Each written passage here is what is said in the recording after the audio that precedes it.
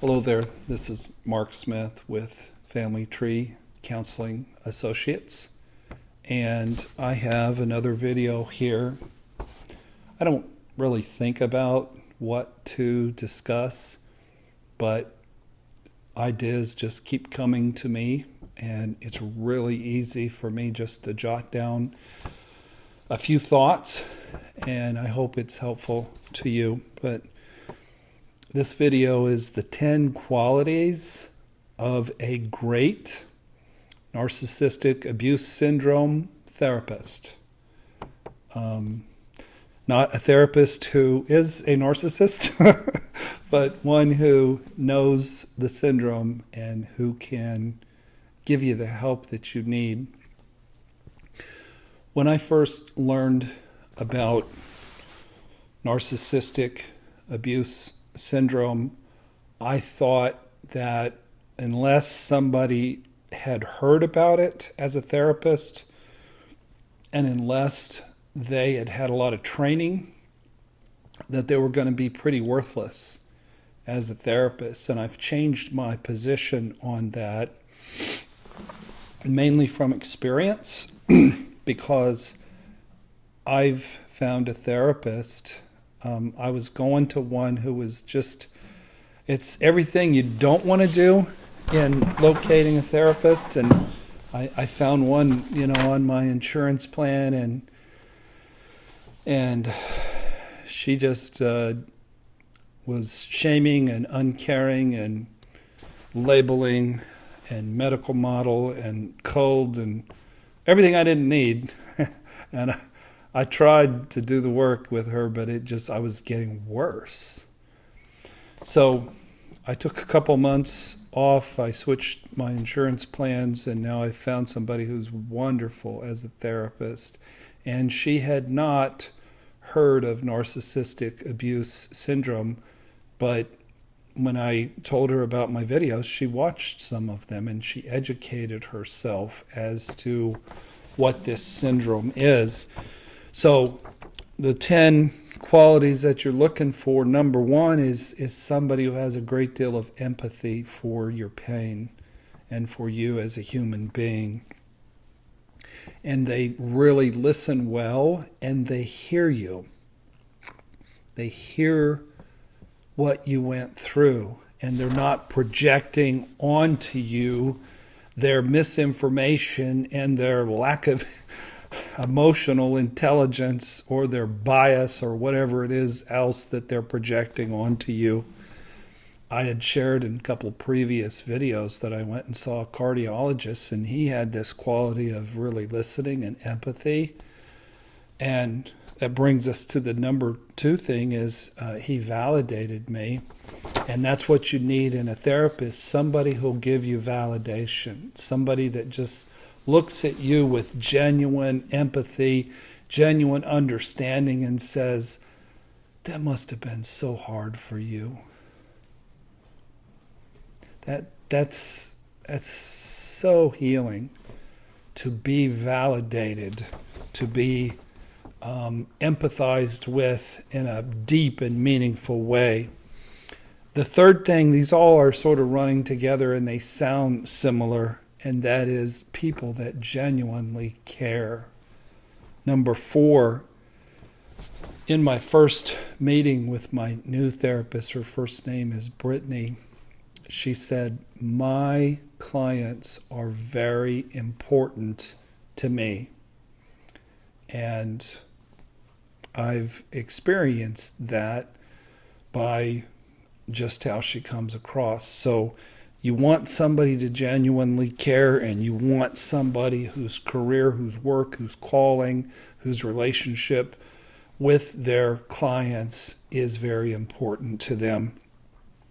Number 5, a bonus would be somebody who could do some EMDR work with you, but at least somebody who has a solid understanding of PTSD and complex PTSD. And if they don't have a solid understanding, they can gain one pretty easily by reading a book by Peter Levine, about trauma, or reading a book by Bessel van der Kolk the body keeps the score, or watching videos about complex PTSD. It's pretty easy these days to educate yourself on these matters if you're motivated to do so. What I've been teaching my staff is quit trying to be so smart. Quit trying to sell your therapeutic agenda to shattered people with complex PTSD. Just listen to them and empathize with them and give them validation and put the fire out.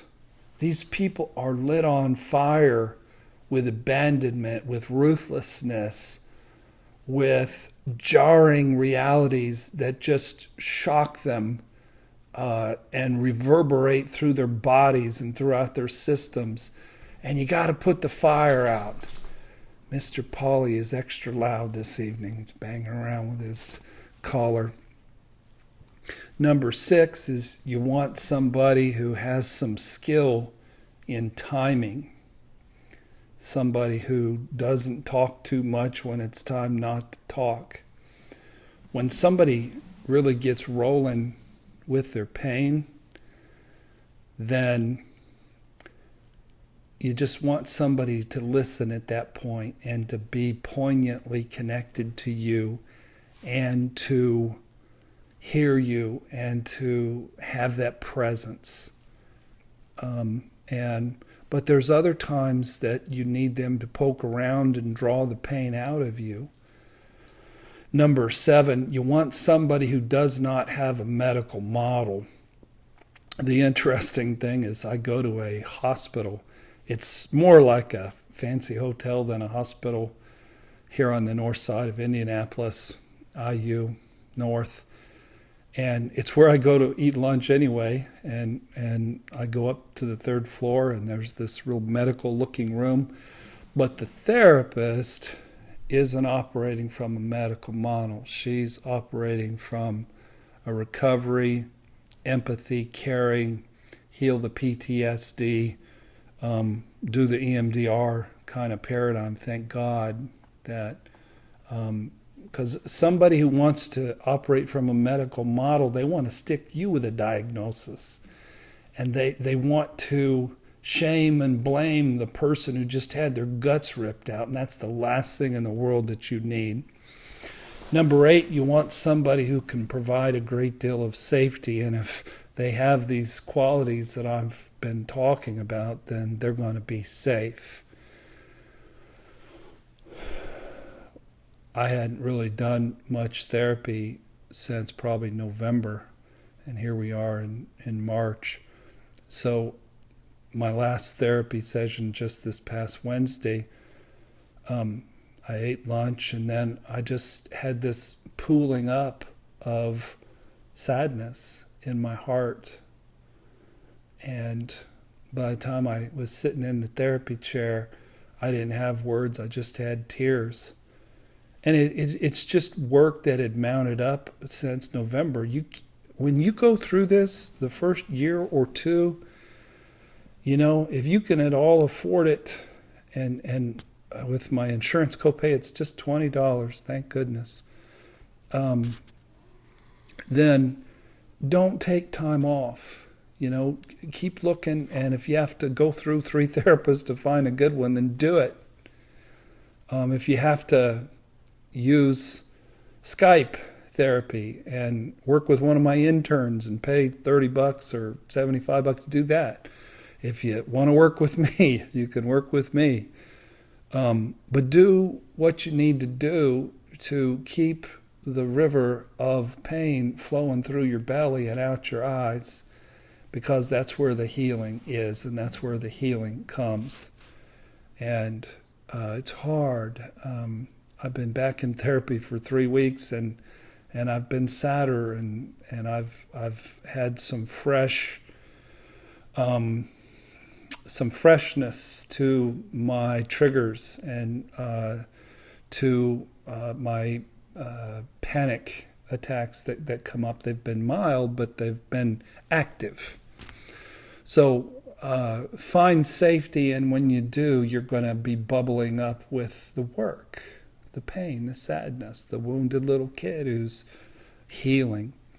And then the last two things are pragmatic. Probably want to find something that has a location close to you. I'm so blessed to be 3 minutes. It's really not 3. It's more like 5 minutes away from my office is this wonderful new therapist.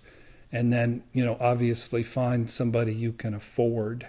Sometimes what people out there in YouTube land do, and I do have to charge a good fee because my time is so limited, and I need the financial digging out of a hole. So that's my situation. I don't take insurance, but sometimes what people do is they'll see me for 3 sessions or 2, and I will do a great assessment and give them some powerful feedback, and then I pass them on to an intern who has a much, much lower fee. So this is what you're looking for. You're looking for somebody brimming with empathy, a great listener, somebody who gets it, even though maybe they never heard of narcissistic abuse syndrome until they met you. All of us need to be emissaries. We need to be missionaries to educate the mental health system about this very real and very tragic and very battering psychologically experience.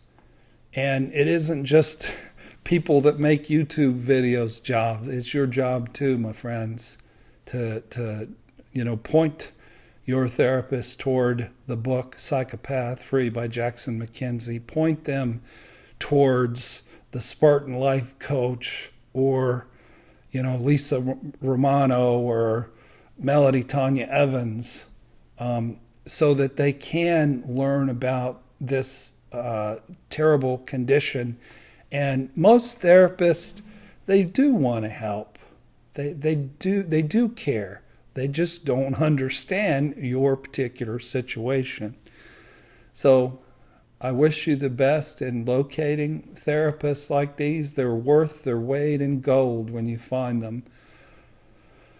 I feel like I've gotten more work done in the past 3 weeks than I'd gotten done in 6 months in the therapy room. I've done a lot of work outside the therapy room. So I'm blessed, and I hope you guys use this criteria that I'm sharing. And I was 0 for 1 my first shot at doing therapy, and around this issue after I had gotten out of the treatment center. And I've had some wonderful, helpful, healing, therapeutic experiences. I've mentioned Paul Hartman quite a bit, great therapist. He didn't know what narcissistic abuse syndrome was, although he'd worked for it. He just didn't have that label. And that was wonderfully helpful. But to have somebody really close to my office and really affordable who makes it safe. And sometimes something I haven't mentioned is sometimes if you're a female and you've been working with a female therapist, sometimes working with a male might, bring up some other transference reactions in you that can help your healing, as long as you pick somebody who's safe and who has the empathy and who has the kindness and who has the good boundaries. I guess I didn't mention, pick a therapist with good boundaries who doesn't care too much, who isn't too rescuing. So thank you for watching the video today. Good luck in finding therapists that care, therapists who get it. Really, a therapist can educate themselves in 2, 3, 4, 5 hours of watching videos and listening to good books on the subject, and add that to your training, their training, and actually be a great resource for you if their mind is open and their heart is right. If you haven't joined our YouTube channel, please do so. You'll be notified every time we make a video. We make anywhere from 1 to 5 every week, usually about 3. And visit our website, familytreecounseling.com. We have a bunch of free articles. We have blogs.